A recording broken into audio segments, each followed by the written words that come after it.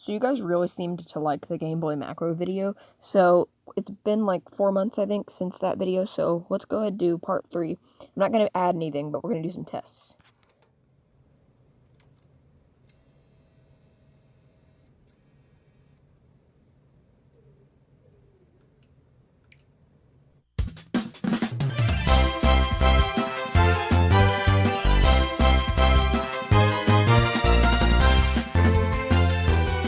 So right here, I've got the DS, or the Game Boy, and I'm going to be starting off this video by answering some questions you may have, such as how much it costs to do this, and whatnot. And then I'm going to show you some interesting things I found out while I was doing this. And after that, I'm going to show you some alternatives to this in case you aren't that DIY or you don't want to spend the money on, because some of this alternatives you might already have the stuff for. But yeah, anyway, so the first thing we're going to do is I'm going to tell you how much it can cost. Now this can vary because it all kind of depends on like eBay listings and stuff, or you can get on Amazon too, but those will usually be a lot more expensive. So let's go ahead and look at some. Alright, so right here I've got an eBay listing for a broken DS. Now, like I said, the broken DS's, these prices can vary because right now this is a pretty good deal, $24.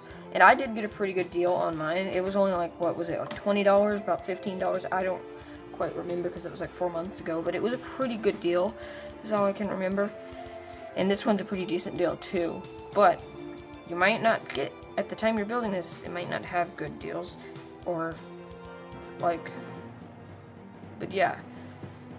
And you want to make sure you're getting one that either has a broken hinge or a broken top screen, because if it has like a broken button or something, you can't make a Gameboy Macro out of that unless it's the broken Y or X button, because those, like, you don't need the Y and X. And you want to make sure it can power on, because maybe they're powerful, but you just don't want to risk it. And then you're going, if you don't already have one, you might need a tri-wing screwdriver, which is the type of proprietary screwdriver that pretty much almost all Nintendo products use, other than the ones that they used on like the GameCubes and Wii U's and stuff. That was like a big game bit screwdriver, but the DS Lites use tri-wing, and I have one. I don't know, but yeah, I have one. But they're pretty cheap, $1.75. You can get them for cheaper, but I just found this on eBay. And then you're gonna need a 330 ohm resistor. These are quite cheap, and you don't have to do this, but if you want it, it's more reliable if you do this, because you don't risk it breaking. And it is going to be a little bit hard, and this is not counting that you might need some solder equipment or something, because I already had a soldering iron, but you might not have one, or might not have a very good one, because I would have heavily benefited from a more precise one, but I was still able to do it with the one I had.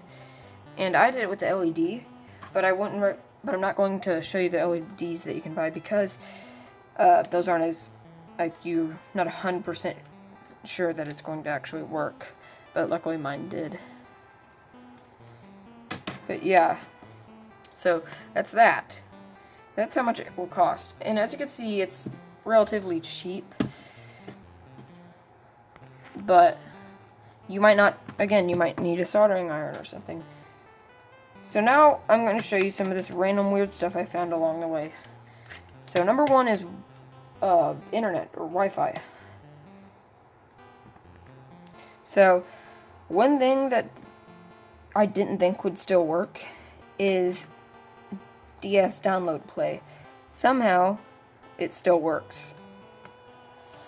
I don't know how, because the internet chip thingy is up here. In fact, I think I have it in my drawer.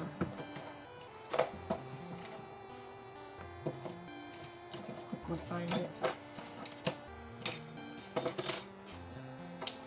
Great stuff.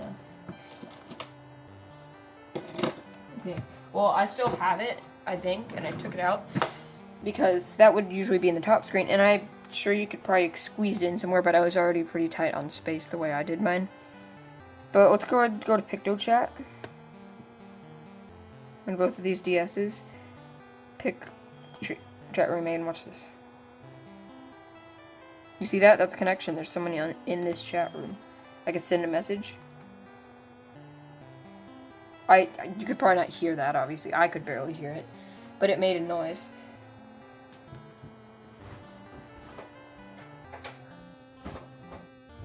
There, maybe you can hear stuff now. But if I go ahead and type something, because I took out the touchscreen, as you can see, a message just came through. How is it getting a connection? As you can see, it's a very unstable and not a very strong connection. My guess is that the board that it plugs into still has a Wi-Fi thing on it, and the thing that's in the top is like an extender, basically. That's most likely what it is. Otherwise, I really don't know. But yeah, I could send stuff.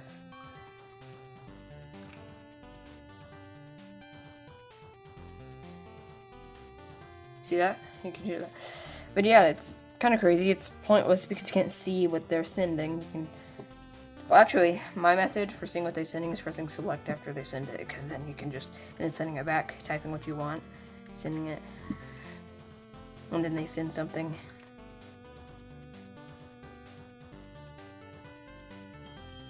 Oh. Aww. No entering. But yeah, so that got me thinking, what about DS download play? Because that is the same kind of communications and stuff as PictoChat. So what if I put a New Super Mario Bros?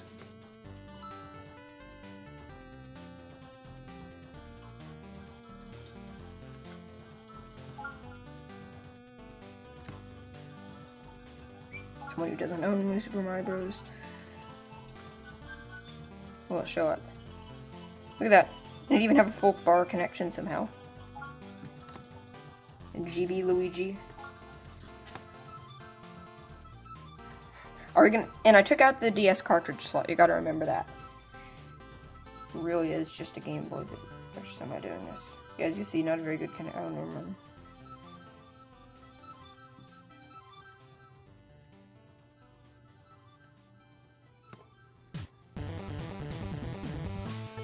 Look at that. So yeah, it's kind of crazy that you can do this. Should we play around? No. Yeah, that's pretty interesting. And I don't know why it works. But, whatever. I guess, if you need to. I mean, there are some DS games like Mario Party DS mainly use the bottom screen. But it also uses the microphone and other thing a lot. But we can reconnect the microphone. I don't see a point in it, but we can. So, one of the things I would like to quickly say that is gotten really annoying when I'm trying to use this thing, which I haven't used it very much, but when I do, this is the D-pad. It's just really messed up, and it's best I could get it, because I'm trying to cram this all in here, and I made way too big soldering stuff. But now, let's talk about the alternatives. First of all is emulation. These are all pretty much emulation, actually. So there are different things you can emulate on. You can emulate on, say, like a tablet, like this, but this is an iPad, so it's not a good example because it's Apple. You can't get emulated unless you jailbreak, but I'm not jailbreaking, and also this old iPad. But yeah, you can do that.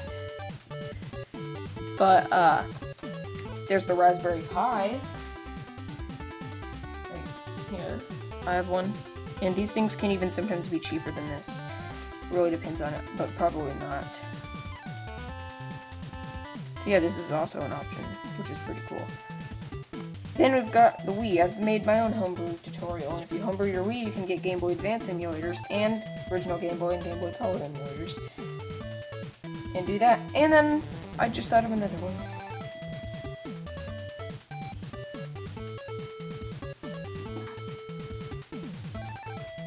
The Nintendo 3DS. Although this is kind of, I just realized, actually, so yeah, the 3DS has official Game Boy and Game Boy Color. It doesn't have Game Boy Advance though, but I'm sure with, of course, homebrewing, which I need to try homebrew 3DS, but I almost put a virus on the computer once trying to do that, I think.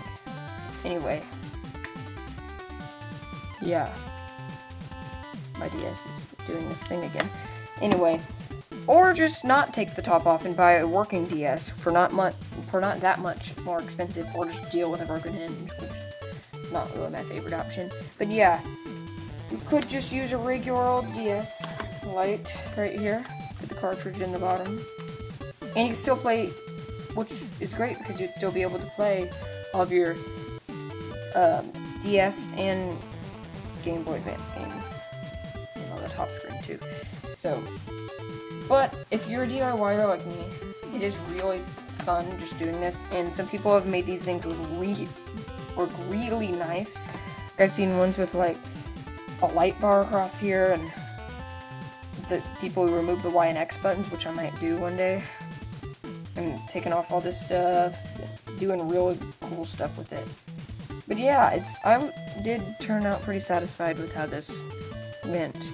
But it's not very durable. Like, I've got this weird stuff, and I feel like I could break it if I like threw it in a backpack. I've taken it to places before, but yeah.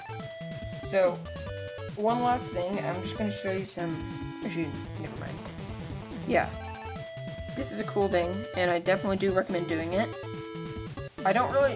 My first and second video aren't really tutorials, so I would recommend looking up a different video, but you can try to watch that. And you can just disconnect the top screen and take it off. It's not, and just make sure, if you do that, make sure you put it in bottom screen Game Boy mode, and also auto, like, go straight to the fast boot, where it goes straight to the game. Like, I don't know what it's called, it's in the settings, because if you don't, you will have a broken DS. Because once you take off that top screen, there's no going putting it back on. Oh, actually, there could be. But that'd be, like, hard, because most people would probably just cut the ribbon cable or whatever. Yeah, let's see. So, just a quick thing I'll show you is we have to go to the settings, this one, Game Boy Advance. Make sure it's on touchscreen. Next is this, the little thing right here, auto mode, not manual, because manual will mess it up. Although if you do the LED and all that fancy stuff, with the resistors, it won't. But yeah, that's this video, because again, I got like almost 200 views on the other one, so it's my most viewed video. So anyway, thank you for watching.